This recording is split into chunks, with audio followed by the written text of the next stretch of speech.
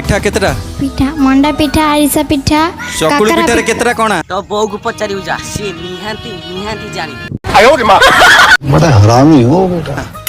जितना तुम करि परियो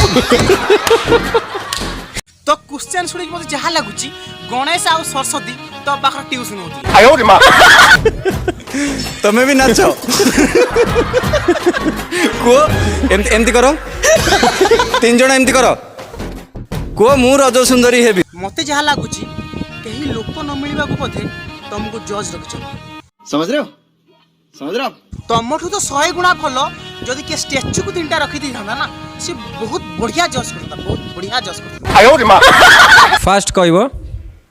रज 5 दिन भितरे माणबसा केबे पड़े रजर 5 दिन भितरे माणबसा पड़े